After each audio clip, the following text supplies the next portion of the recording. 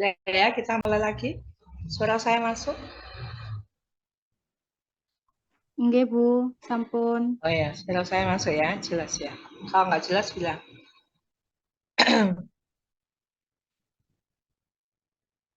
Saya slideshow. Ini. Kemudian kita lanjut. Ini sudah di itu ya, cara kerja enzim ada 2. Di yang hormon kemarin, kemudian yang kelenjar hipofisis. Jadi ya, keterkaitan antara kinerja kelenjar hipofisis, pankreas sama adrenal. Jadi di sini dikatakan kelenjar hipofisis ini adalah memproduksi hormon pertumbuhan, kemudian hormon ACTH. Nanti cek kembali apa ACTH sudah di yang sistem kelenjar kemarin, sistem endokrin, kemudian efek menghambat enzim heksokinase. Kita tahu ya pada saat katabolisme karbohidrat atau diglikolisis itu nanti akan ada peran enzim heksokinase, yaitu pada saat perubahan glukosa menjadi glukosa fosfat. Ya, di sini kelenjar hipofisis ini nanti akan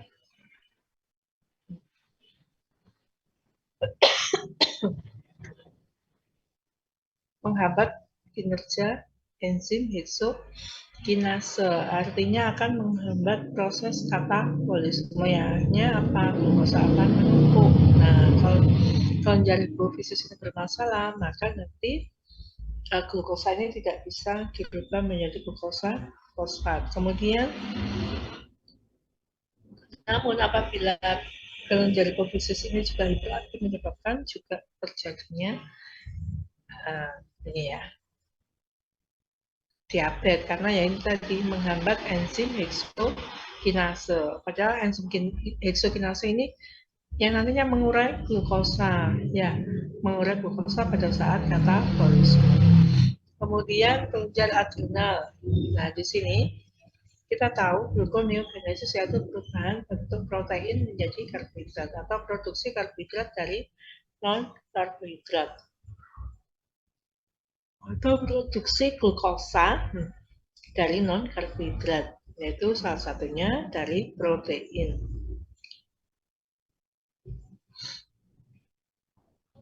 Nah, kelenjar adrenal ini akan memproduksi hormon steroid. Karena pengaruh hormon steroid yang dihasilkan oleh korteks adrenal. Nah, di sini gluconeogenesis ini juga karena adanya pengaruh hormon steroid. Bila gluconeogenesis ini berlangsung secara terus-menerus, maka akan menekan sel beta pankreas untuk produksi insulin. Nah, kalau ini diteruskan ya secara terus-menerus, maka akan terjadi defisiensi insulin secara permanen. Akhirnya akan kekurangan insulin. Karena ini aktivitas adrenal bergantung pada kelenjar hipofisis anterior. Jadi juga masih ada hubungannya dengan di kelenjar hipofisis.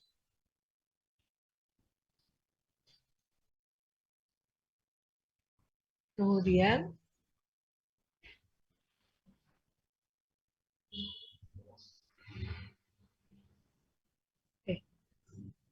benar.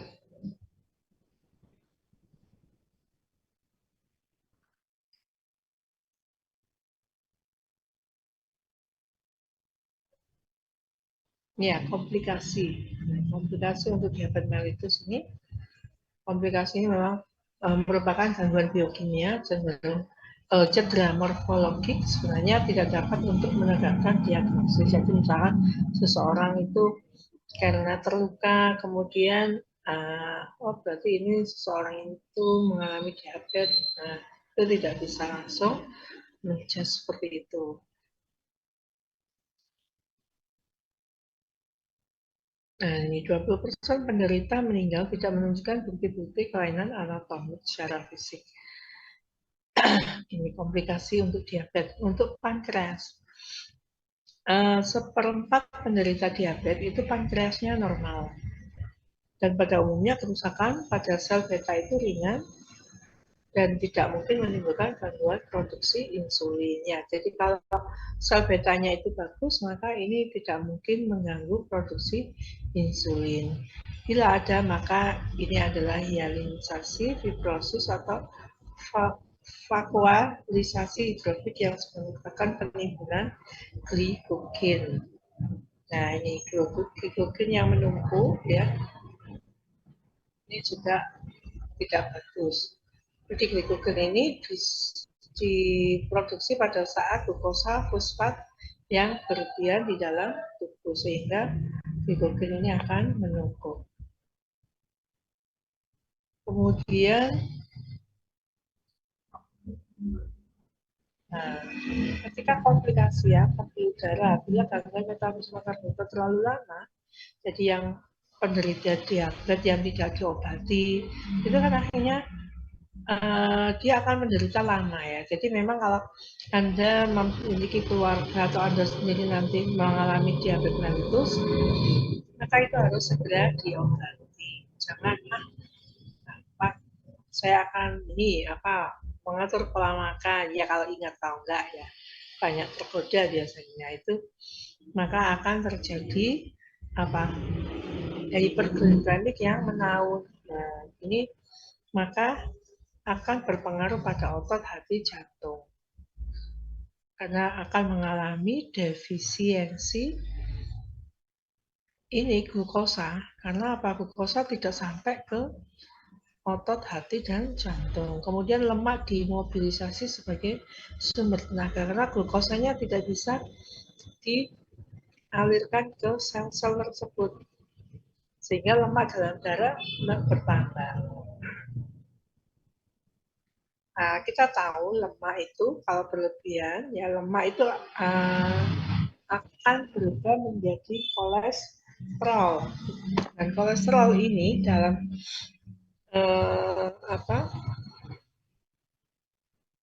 atau dia mudah sekali mengalami pengkristalan. Ketika kolesterol mengkristal itu akan menyumbat pembuluh darah, sehingga kenapa disebut dengan tekanan darahnya tinggi, karena darah itu tidak lancar ya, dia akan menekan untuk mencari jalan keluar, tapi dia tersumbat oleh kolesterol yang diakibatkan oleh pemanfaatan lemak yang terlalu banyak, karena di sini lemak dimobilisasi sebagai sumber tenaga. Harusnya yang dipakai sebagai sumber tenaga itu adalah glukosa atau karbohidrat. Kemudian lipemia dan kolesterolemia, gangguan vaskular dengan komplikasi arteriosklerosis merata, yaitu sklerosis. Sklerosis, pembuluh darah arteri, koronaria, ginjal, dan retina. Jadi memang di sini gangguannya adalah di pembuluh darah. Dan ini nanti jika akan menjalar ke mata, ya disebut sklerosis arteri retina atau retinitis diabetika.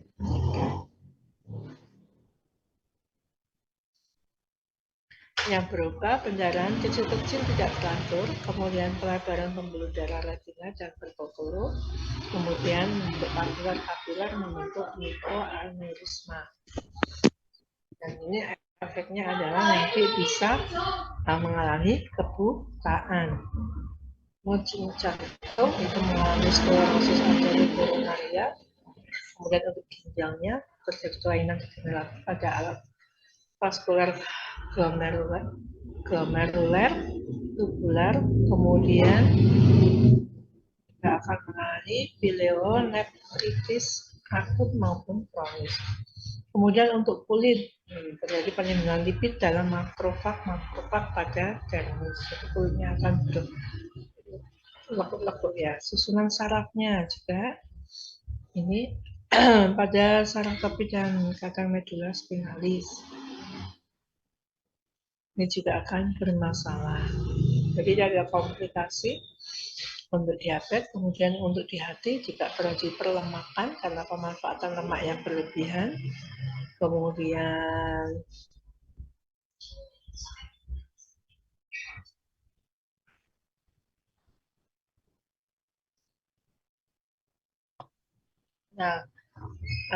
di sini dikatakan bahwa ketika terjadi imobilisasi lemak berlebihan, maka terjadi defisiensi lipotropik, kemudian lemak tidak dapat diangkut dari sel, sehingga penimbunan lemak berlebihan. Jadi perlemakan ini nanti berada di hepar dan infiltrasi glikogen.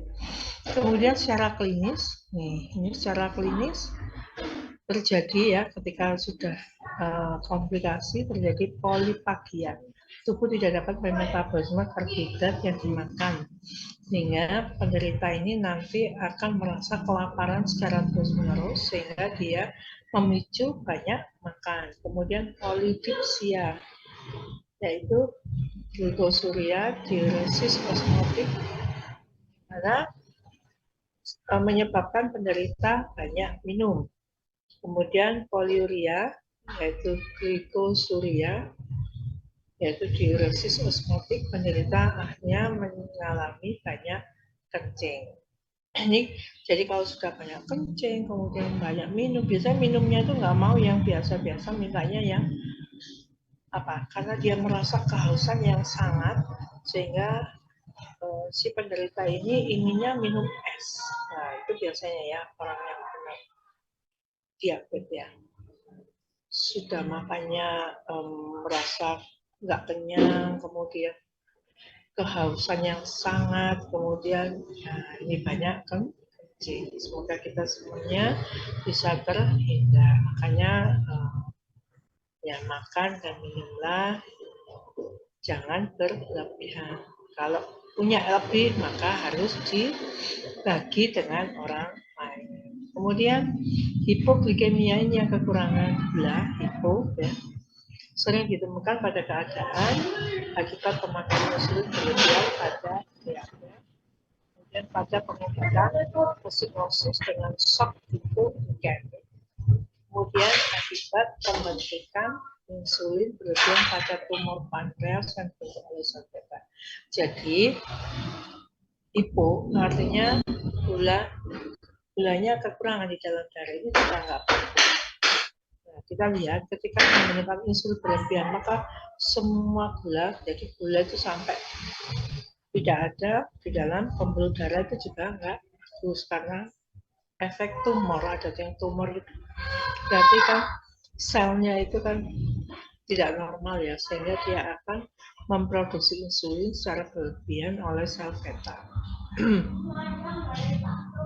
Jadi ada seseorang penderita diabetes yang misalkan dia tinggi bisa sampai 600, itu biasanya sampai koma. Nah, kemudian diturunkan dengan cara pemberian insulin. Nah, dengan pemberian insulin ternyata dia bisa drop sampai kadar gulanya itu di bawah 50. Nah, itu kan juga sangat membahayakan. Bisa ini menyebabkan kematian kalau kekurangan glukosa yang sangat minim. Kemudian di sini gangguan metabolisme protein.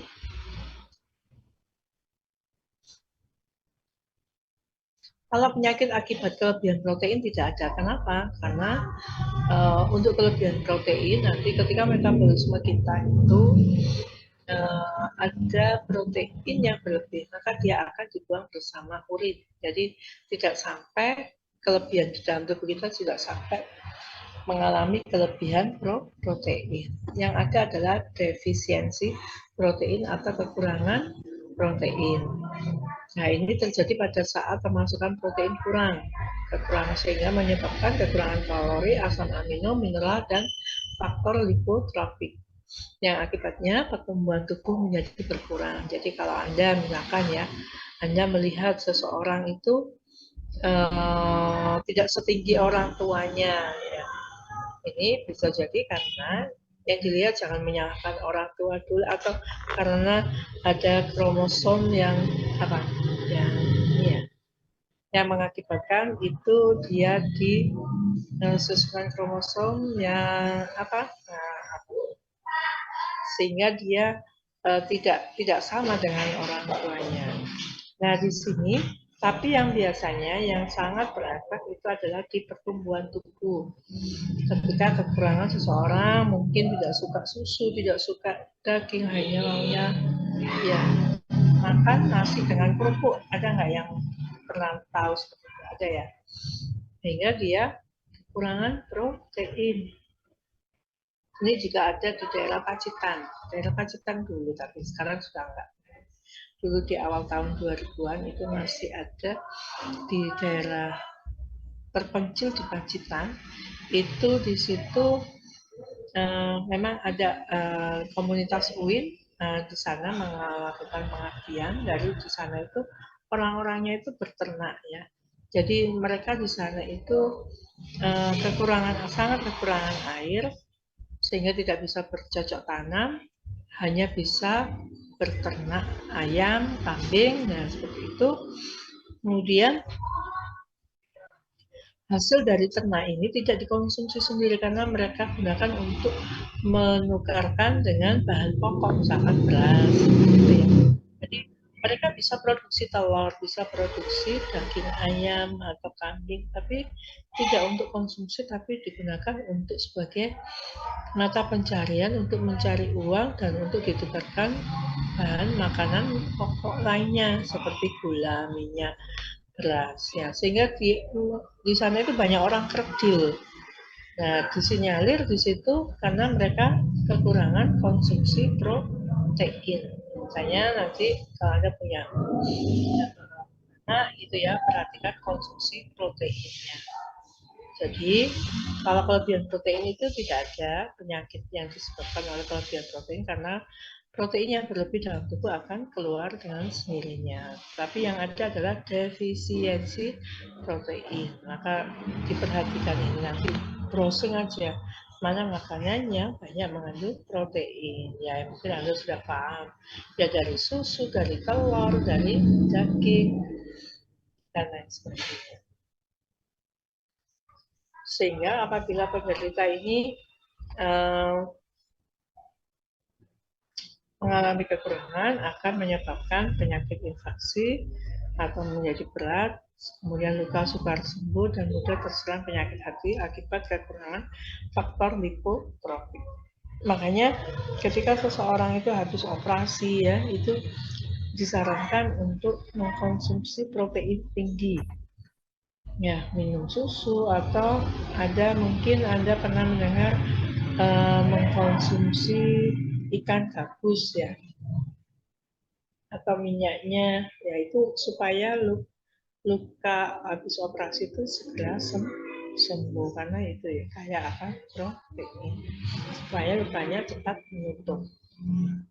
Kemudian macam-macam penyakit defisiensi protein, hipoproteinemia disebabkan oleh ekspresi protein darah berlebih melalui air kemih, pembentukan albumin terganggu seperti pada penyakit hati. Nah, makanya kalau ada seseorang yang punya penyakit liver itu bisa disembuhkan dengan penambahan albumin dari luar. Memang mahal ya, satu ampul, satu kayak ini ya, satu kantong albumin itu harganya bisa 10 juta. Makanya orang sehat itu memang mahal ya, karena apa kalau sudah sakit obatnya itu mahal, jagalah kesehatan kita. Kemudian absorpsi albumin berkurang akibat kelaparan atau penyakit usus juga pada penyakit ginjal. Jadi ketika kelaparan kita bisa jadi akan kekurangan albumin. Hipo dan agama globulinemia ini juga termasuk penyakit defisiensi protein, ada 3 jenis. Ada yang herediter, ya, yang turunan, terutama pada anak laki-laki 9-12 tahun. Kemudian ini untuk yang kongenital ya, mudah terserang infeksi. Kemudian plasma darah tidak mengandung gamma protein, ini juga berbahaya. Kemudian dapat terjadi penyakit hipersensitivitas karena tubuh tidak dapat membentuk lagi. Kemudian ada yang hipo bahwa ada yang sementara, kalau sementara pada bayi ya. Karena bayi awalnya dia terpenuhi dari ibunya, kemudian lahir, dia harus membentuk sendiri gamma globulin sendiri. Memang kalau terlambat memproduksinya bisa anak ini menguning ya. Nah, menguning itu akibat ini kekurangan gamma globulin. Kemudian ada asam urat ini gangguan karena hormon ya, hormon. Ini ya, metabolisme purin. Jadi pire atau GOUT yang akibat gangguan metabolisme asam urat serum meninggi sehingga terjadi pengendarapan urat pada berbagai jaringan. Asam urat merupakan hasil akhir daripada metabolisme purin. Secara klinis, ya, artritis akut yang sering kambuh secara melaut, kemudian pada jaringan memang tonjolan-tonjolan yang disebut opus, yaitu di sekitar sendi, pusat tulang rawan, telinga, ginjal, dan kantuk jatuh. Jadi tonjolan-tonjolan biasa di jari-jari kita ya, itu menonjol, yang biasanya sering adalah di kaki itu menonjol. Untuk yang lemak, ini kelebihan lemak atau disebut obesitas. Terjadi kelebihan kalori yang diperoleh, namun kalori yang dimetabolisme sedikit atau hipometabolisme. Terjadi pada hipopituitarisme dan hipotiroidisme yang menyebabkan sebenarnya kalori yang dibutuhkan menurun, tapi berat badan naik meskipun diberi makan yang tidak berlebihan. Nah, ini untuk lemak itu timbul pada jaringan subkutis, jaringan retroperitoneum, kemudian peritoneum, omentum, perikardium, pankreas. Dan untuk obesitas ini akan memperberat hipertensi, diabetes, dan penyakit jantung. Nah, kemudian kalau defisiensi lemak terjadi pada kelaparan. Nah, kalau di dunia ini yang sering kelaparan itu di Afrika ya, karena mungkin kondisi tanahnya, kemudian cuaca yang tidak mendukung sehingga untuk bertanam itu susah sekali. Kalau Indonesia, makanya dikatakan Indonesia itu surga dunia karena apa? Menanam misalnya kayu ditanam pun langsung tumbuh. Nah, itu ya. Tapi kalau beda dengan di Afrika sana, ya di sana itu kekurangan air, kemudian kemarau yang berkepanjangan itu yang menyebabkan mereka susah untuk bercocok tanam. Apa defisiensi lemak karena gangguan penyerapan atau malabsorpsi. Kemudian apabila terjadi gangguan penyerapan, maka tubuh terpaksa mengambil kalori dari simpanannya karena kita kurang. Jadi karena lemak ini juga ketika berlebih juga akan disimpan. Yang mula-mula diimobilisasi karbohidrat dan lemak, dan hanya pada buka dan gizi buruk akhirnya protein diambil dari jaringan. Pada penyakit Whipple, selain defisiensi lemak, juga defisiensi protein, karbohidrat, dan vitamin yang sangat kompleks. Namanya penyakit Whipple ini. Kemudian untuk ini endokrin ya.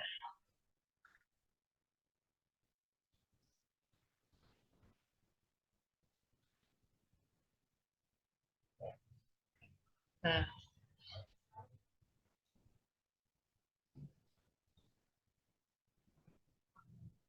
untuk gangguan metabolisme akibat kekurangan hormon, ya misalkan kalau yang di ini adalah hormon tiroid ya. Hormon tiroid ini kan memproduksi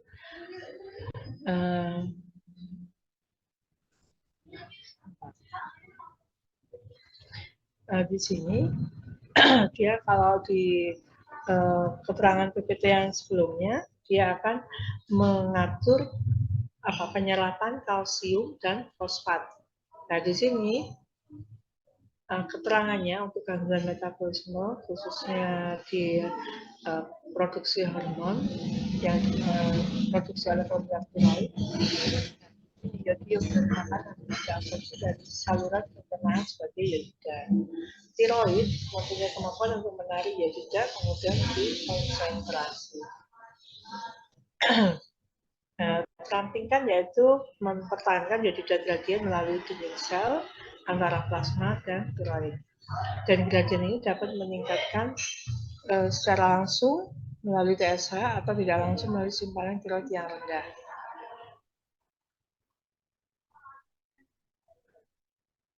Nah, ini bagaimana perjalanan dari yodium, sehingga kita sangat penting sekali mempertahankan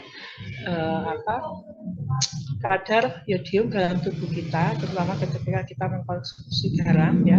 Jadi kalau kita mengkonsumsi garam itu sebaiknya dimasukkan pada saat tidak dalam proses pemanasan atau pemasakan, karena efeknya nanti yodium ini akan terurai, yodium ini akan terurai. Sehingga akhirnya kalau kita kekurangan yodium maka akan menyebabkan penyakit gondok. Jadi ada benjolan di leher kita, itu yang disebut dengan penyakit gondok efek dari kekurangan yodium. Karena pada saat proses pemasakan itu garam dimasukkan terlebih dahulu, sehingga dia akan terurai. Yaitu berbahaya kalau kita kekurangan yodium. Oke, dari sini sudah untuk yang gangguan metabolisme. Ada yang ditanyakan? Kurang 10 menit lagi ya. Oke, sekarang saya akan menyampaikan tentang metabolisme protein yang mana sorry saya apa sudah saya jelaskan ya. Yang ini.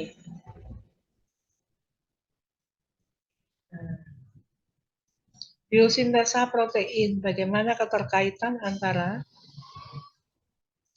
DNA dengan sintesis protein. Ini sudah apa belum? Halo? Suara saya masih ada ya?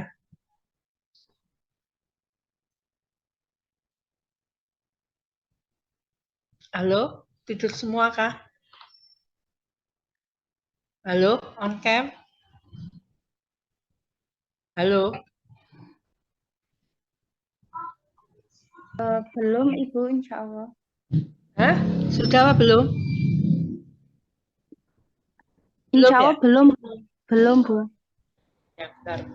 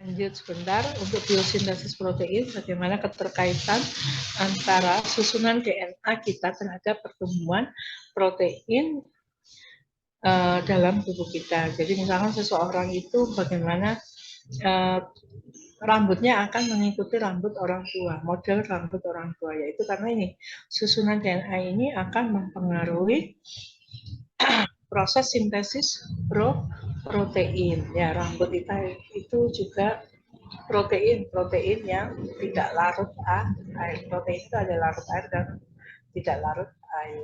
Nah, bagaimana bentuk pupuk kita itu juga akan menyerupai pupuk orang tua Nah, makanya ada keterkaitan antara DNA dengan sintesis protein. Nah, dan sebelum sintesis protein yang pertama kali, jadi ketika tubuh kita akan tumbuh ya, nah, maka DNA ini akan mereplikasi atau menggandakan di diri.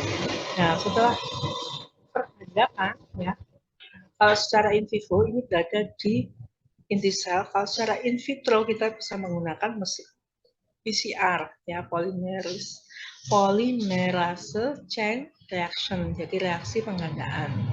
Jadi di situ DNA digandakan kemudian ditranskripsi menjadi RNA. Jadi akan menjadi RNA dengan cara komplement. Jadi di sini kan mengandung basa-basa nitrogen ya, misalkan adenin, guanin, urasil, timin, dan seterusnya. Nah, ketika ada adenin, maka di RNA ini akan tercetak apa? Kalau adenin pasangannya guanin. Kalau di sini ada sitosin, maka di sini urasil, tapi bukan urasil kalau di RNA, tapi timin. Setelah itu, jadi nanti DNA ini akan ditranskrip menjadi RNA. Setelah menjadi RNA, kemudian dibawa ke ribosom akan mengalami translasi sehingga akan diterjemahkan dalam bentuk jadi susunan-susunan kodon yang ada di dalam RNA, susunan basa nitrogen itu akan ditranslasi menjadi protein. Secara singkat karena kurang 10 menit ya. Nggak tahu. Nah, seperti ini, kemudian ini nanti dibaca, saya kirim ke ini, ya ini ya. Ini adalah proses transkripsi. Nah, kita lihat ini adalah yang punyanya DNA, ya. Panah saya kelihatan ya di sini. Kelihatan nggak panahnya? Jadi di sini, ya semoga Anda tidak ditinggal ya saya ini ya presentasi ya. Mohon maaf Ibu, PPT-nya masih PPT yang sebelumnya. PPT sebelumnya, bukan yang DNA. Bukan kan Ibu? Oh iya, maaf. Nah, ngono ngomong loh, nak, ya Allah. Mana ada. New. Oke. Nah, saya ngomong dari tadi itu, Anda ya diam aja ya, nggak. Ini ya Allah. Ini ya protein sintesis ya. Ya, pertama DNA digandakan, kemudian setelah tergandakan ya, jadi ini untaian DNA, kemudian dia akan berubah menjadi RNA dengan proses transkripsi tadi. Kemudian keluar setelah tercetak ini ya dengan komplemennya, jadi pasangan basa komplemennya ya. Kemudian dia akan keluar menuju ribosom. Di ribosom ini nanti susunan basa nitrogen ini akan dari 3 basa nitrogen akan tercetak menjadi 1 asam amino dan nanti akan dikeluarkan oleh tRNA menjadi asam-asam amino yang nantinya akan membentuk protein. Dan pokoknya ngomong cadir. Nah ini salah Mang Yoka ngomong itu enggak share. Ya ini ya urasil ini adalah asam amino fenilalan. Jadi ini adalah rangkaian dari kode genetik yang ada di dalam RNA atau mRNA kodon. Kemudian UUC ya urasil sitosin itu ada fenilalanin atau misalkan treonin itu ACU adenin, sitosin, urasil dan seterusnya ya. Jadi ini ya terdiri dari 3 kode genetik yang ada di RNA menjadi 1 asam amino. Wes itu yang bisa saya sampaikan hari ini. Ada yang ditanyakan? Jadi untuk ujiannya nanti offline multiple choice dan IC. Ya, paham?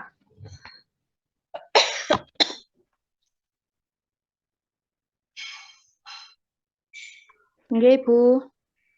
Ya. Habis ini saya share ke ini ya. Nanti minta tolong ketika saya share di kelas ini disebarkan ke kelas A dan ini kelas apa? B apa C? B, Bu. B, Bu. C. Ya, berarti nanti sebarkan ke kelas A dan B ya. Saya belum sempat ngirim ke mereka juga. Ya. Nggih, Bu. Oke. Ibu izin Oke. bertanya, niki ujiannya bersifat close book napa open book? Kenapa? Niki Ujiannya? ujiannya bersifat close book napa open book? Close book ya. Ya, terima kasih, Bu. Iya. Belajar